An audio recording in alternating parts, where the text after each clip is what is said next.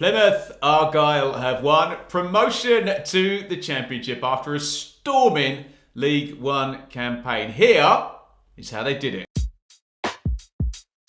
Right, let's get this context right from the get-go. This season's League One top 7 will be made up of last season's 3 relegated Championship clubs, another 3 ex-Premier League clubs, and Plymouth. If you're judging this by club size, probably budget, and you're looking for an underdog hero, then Plymouth are probably your team. Argyle are on a lovely upward trend as a club following huge financial issues, double relegation to League 2 11 years ago. This season is their 3rd in League 1, and the theme of continuity is one that's going to go right through this promotion story. With the club up in the top 6 midway through last season, manager Ryan Lowe left to go back up north and do the Preston North End job. Lowe's assistant, Stephen Schumacher, stepped up and took the manager's job. He'd been in the assistant's post 2.5 years and made an utterly seamless transition. Plymouth somehow managed to score 80 points and not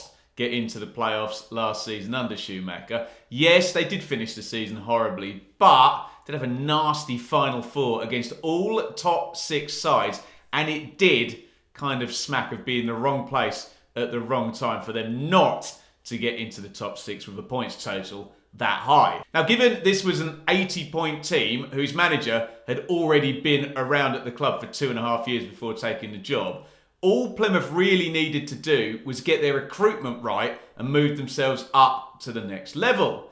Butcher and Miller brought League One experience. Mumba, Whittaker, Lonvik, Azaz and Cosgrove all loaned in from higher up the pyramid. Only really Kamara was lost from last season, and frankly, given his fitness issues, maybe he wouldn't have seen too much action anyway. Plymouth started like an absolute train and scored nearly 40 points before the end of October. They rotated the goals around a cast of forwards. Their keeper, Mike Cooper, was outstanding the other end. And the home form, out of this world.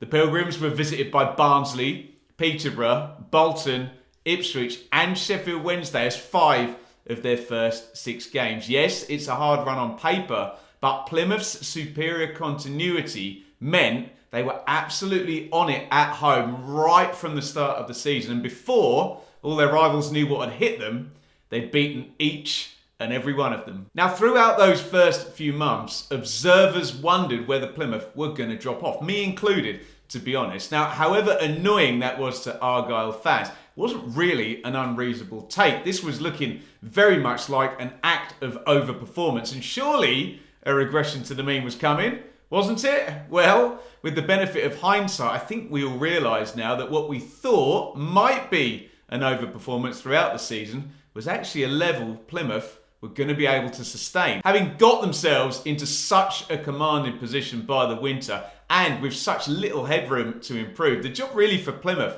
was now just to sustain and deal with the adversity as it arrives. And believe me, there would be plenty of that. A slow November was followed with a 4-game winning streak. The loss of Morgan Whittaker back to Swansea at the end of his loan deal was quickly and decisively dealt with in January. Some excellent arrivals, especially Callum Wright and Jay Matete. There was back-to-back away games at Bolton and Ipswich in January. Both were survived without defeat. The most difficult moment, though, came at the start of February. Plymouth travelled to Sheffield Wednesday and lost a huge promotion head-to-head. Looked like a title decider back then. More pertinently, though, they also lost their star man. Keeper Mike Cooper was injured and was going to be out for the remainder of the season.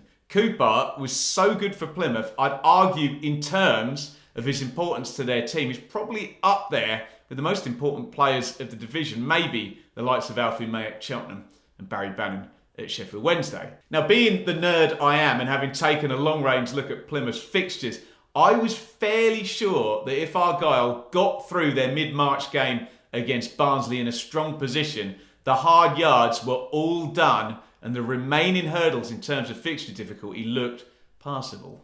Happily for Plymouth fans, I was right, and they've continued to just be a winning machine, showing huge character to win games from behind, to win with late goals, and to bounce back from what could have been a really demoralising Wembley defeat in the Papa John's final, and continuing to stay strong in the EFL. So look, it is clearly a richly deserved promotion for Plymouth. Here are my key takeaways. 1. Managerial continuity. The low Schumacher regime is now nearly 4 years old. Clearly, given it time to develop, has paid dividends. 2. Season-to-season continuity. Plymouth have perfectly built on last season's 80-point haul. Evolution, not revolution, and away they went. 3. Loan market masters. Plymouth have borrowed brilliantly, especially Whittaker, Azaz and Matete. Next season in the Championship, I'm sure the big boys are going to be perfectly willing to send their players down to home park, knowing how well this season's bunch have been developed. 4. Resilience. Every time Plymouth encountered a setback, not only did they bounce back, but often even stronger than before. 5. Home park fortress. We'll not very frequently see the like of Plymouth's home record again. If you're going to be down there out on a limb in the southwest, why not turn what looks like a geographical disadvantage into a home fortress advantage? So it's just really heroic stuff from Plymouth this season. It's tricky for me to be dispassionate here as an Ipswich Town fan, as my club were in direct competition this season. But if I can detach from that, then we are definitely in standing ovation mode for Steven Schumacher and Argyle. A genuinely good news story and a massively deserved promotion for their fans. Get your thoughts in on Plymouth's brilliant work this season and how you think they'll go in making the step up to the Championship. I would love you to stay with the channel. Why not come back in time with me? Click up here, see exactly what we were saying ahead of that February Plymouth-Sheffield Wednesday pivotal game that we mentioned earlier in the video.